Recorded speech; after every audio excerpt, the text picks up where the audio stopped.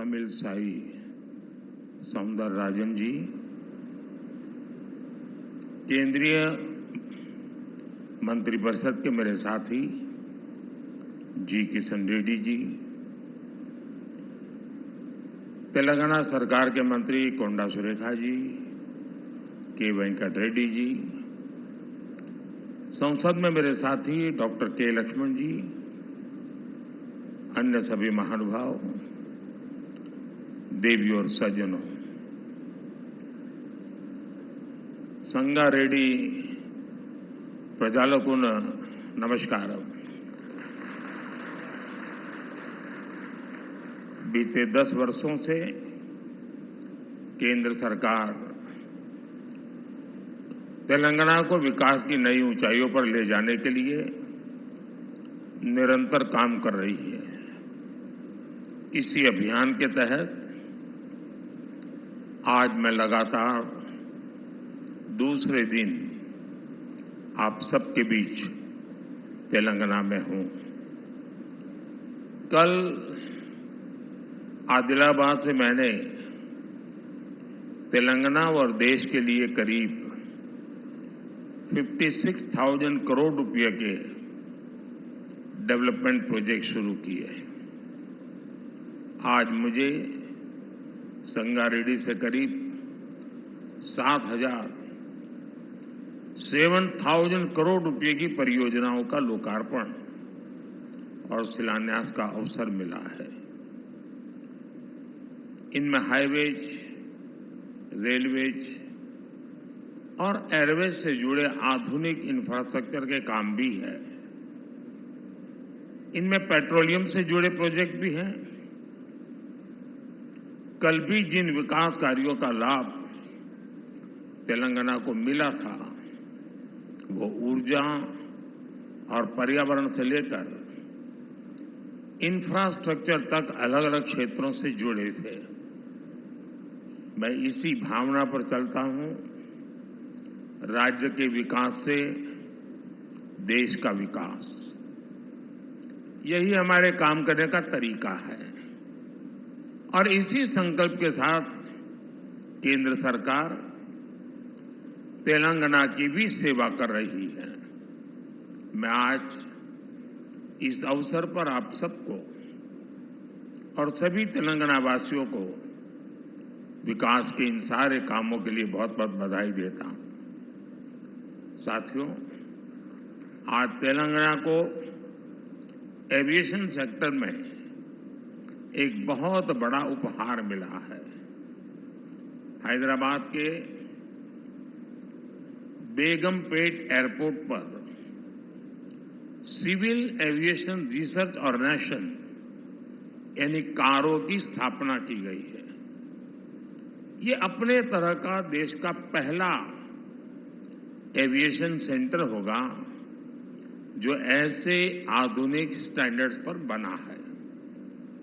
इस सेंटर से हैदराबाद और तेलंगाना को एक नई पहचान मिलेगी। इससे तेलंगाना के युवाओं के लिए एविएशन सेक्टर में नई उड़ान के रास्ते खुलेंगे। इससे देश में एविएशन स्टार्टअप्स को रिसर्च और स्किल डेवलपमेंट के लिए एक प्लेटफॉर्म मिलेगा, मजबूत धरातल मिलेगी। आज भारत में जिस तरह एविएशन सेक्टर नए रिकॉर्ड बना रहा है, जिस तरह पिछले 10 वर्षों में देश के एयरपोर्ट की संख्या 2 गुनी हुई है, जिस तरह इस सेक्टर में रोजगार के नए अवसर बन रहे हैं, इन सभी संभावनाओं के विस्तार में हैदराबाद का यह आधुनिक संस्थान अहम भूमिका निभाएगा। साथियों, आज 140 करोड़ देशवासी विकसित भारत के निर्माण के लिए संकल्पबद्ध है और विकसित भारत के लिए आधुनिक इंफ्रास्ट्रक्चर का होना उतना ही जरूरी है। इसलिए इस साल के बजट में हमने इंफ्रास्ट्रक्चर के लिए 11 लाख करोड़ रुपए दिए हैं। हमारा प्रयास है कि तेलंगाना को इसका ज्यादा से ज्यादा लाभ मिले। आज इंदौर हैदराबाद इकोनॉमिक कॉरिडोर के एक महत्वपूर्ण हिस्से के रूप में नेशनल हाईवे का विस्तार हुआ है। कंडी रामसनपल्ली इस खंड को लोगों की सेवा के लिए समर्पित किया गया है। इसी तरह मरियालगुड़ा कोडाड इस खंड को भी पूरा किया गया है। इससे तेलंगाना और आंध्र प्रदेश के बीच लोगों को आने जाने की सुविधा होगी। इससे सीमेंट और कृषि से जुड़े उद्योगों को भी फायदा होगा। आज यहां संगारेड्डी से मादिनागुड़ा को जोड़ने वाले नेशनल हाईवे की भी आधारशिला रखी गई है। जब ये पूरा होगा तो तेलंगाना, कर्नाटका और महाराष्ट्र के बीच कनेक्टिविटी और बेहतर हो जाएगी। 1300 करोड़ की लागत वाले इस प्रोजेक्ट से पूरे क्षेत्र के आर्थिक विकास को गति मिलेगी। साथियों, तेलंगाना को दक्षिण भारत का गेटवे कहा जाता है। तेलंगाना में रेल सुविधाओं को बेहतर बनाने के लिए इलेक्ट्रिफिकेशन और दोहरीकरण का काम भी तेज गति से हो रहा है।